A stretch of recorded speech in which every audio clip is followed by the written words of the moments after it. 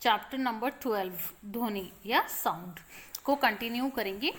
अब हम समझेंगे यांत्रिक तरंगों के बारे में। तो बच्चों, वे तरंगे जिनमें संचरण के लिए माध्यम की आवश्यकता होती है यांत्रिक तरंगे कहते हैं।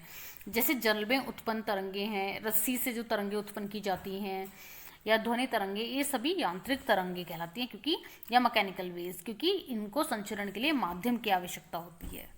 इस प्रकार की तरंग गति में माध्यम के जो कण होते हैं वो अपनी माध्य स्थिति के ही परितः कंपन करते हैं, जिससे विक्षोभ या ऊर्जा का जो संचरण है वो एक स्थान से दूसरे स्थान को हो जाता है।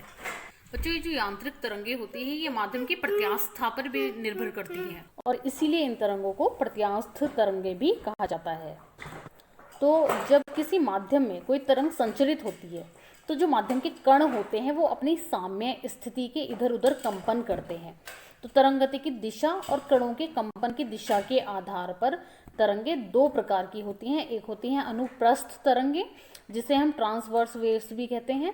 दूसरी होती हैं अनुदैर्ध्य तरंगे, जिसको लॉन्जिट्यूडनल वेव्स भी कहा जाता है। इसमें हम फर्स्ट नंबर पर समझेंगे अनुप्रस्थ तरंगे, ट्रांसवर्स वेव्स। तो वो वाली तरंगे जिसमें माध्यम के कण तरंग की गति की दिशा के लंबवत दोलन करते हैं, तो ऐसे तरंग को हम कहते हैं अनुप्रस्थ तरंगे।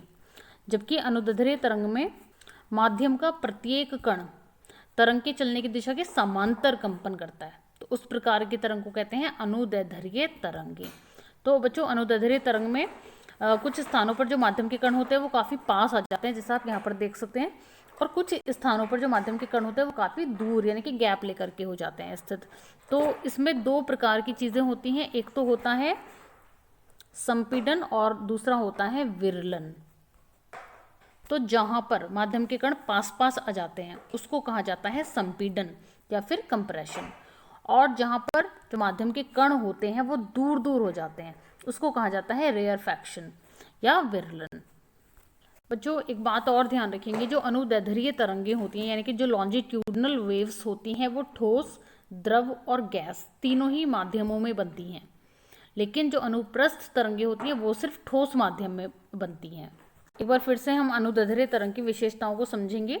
तो बच्चों, इनमें संपीडन और विरलन निर्मित होते हैं यानी कि बनते हैं, यानी कि अनुदैर्ध्य तरंगों में संपीडन और विरलन बनते हैं, और इन तरंगों में माध्यम के जो कण होते हैं वो संचरण की दिशा में आगे पीछे कंपन करते रहते हैं, और इन तरंगों के कारण माध्यम में घनत्व और दाब परिवर्तन होते हैं, और ये ठोस, द्रव और गैस तीनों में ही गति कर सकते हैं।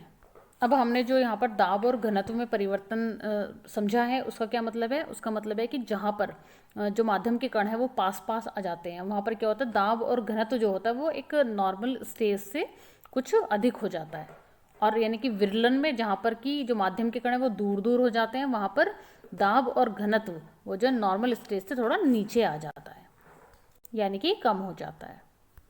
बच्चों, अब हम कुछ डेफिनेशंस को समझेंगे, जैसे कि कंपन या वाइब्रेशन किसको कहा जाता है। तो बच्चों, कण जब अपनी माध्य स्थिति से चल करके उसके दोनों ओर गति करके जब दोबारा से अपनी माध्य स्थिति में यानी कि फिर से उसी स्थिति में पहुंच जाता है तो इसे हम या तो एक चक्कर या फिर एक कंपन कहते हैं।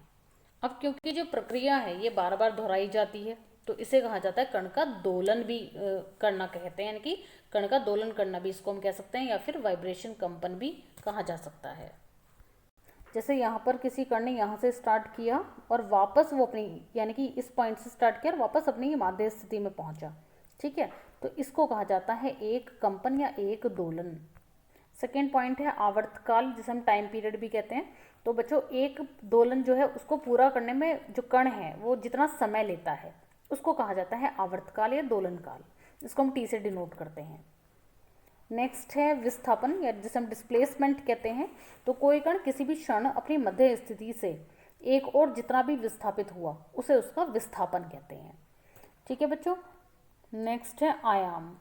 आयाम होता है जो दोलन करने वाली वस्तु होती है जो वो अपनी माध्य स्थिति से यानी कि जो मिडिल पॉइंट होता है उसका वहाँ से जो अधिकतम दूरी वो तय करे उसको आयाम कहते हैं। इसको हम घड़ी के पेंडुलम में समझें, यदि मान लीजिए पेंडुलम है और ये इस तरह से गति कर रहा है, तो मान लीजिए किसी पॉइंट पर आकर उसने सबसे मैक्सिमम डिस्टेंस ये वाली कवर की, तो ये उसका जो है आयाम कहलाता है। और नेक्स्ट पॉइंट है आवृत्ति यानी कि फ्रीक्वेंसी।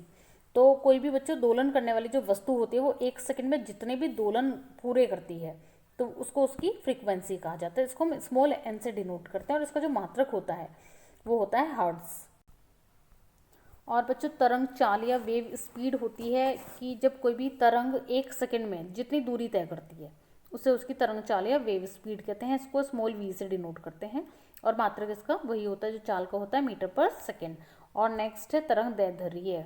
तरंग दैर्ध्य होता है बच्चों जब किसी भी तरंग में गति की समान अवस्था में कंपन करते हुए जो कंटिन्यूसली दो क्रम में जो कण गति कर रहे हैं उनके बीच की दूरी को कहते हैं तरंग दैर्ध्य। यानी कि दो क्रमागत कणों के बीच की दूरी को तरंग दैर्ध्य कहते हैं। इसको लैम्डा से डिनोट करते हैं।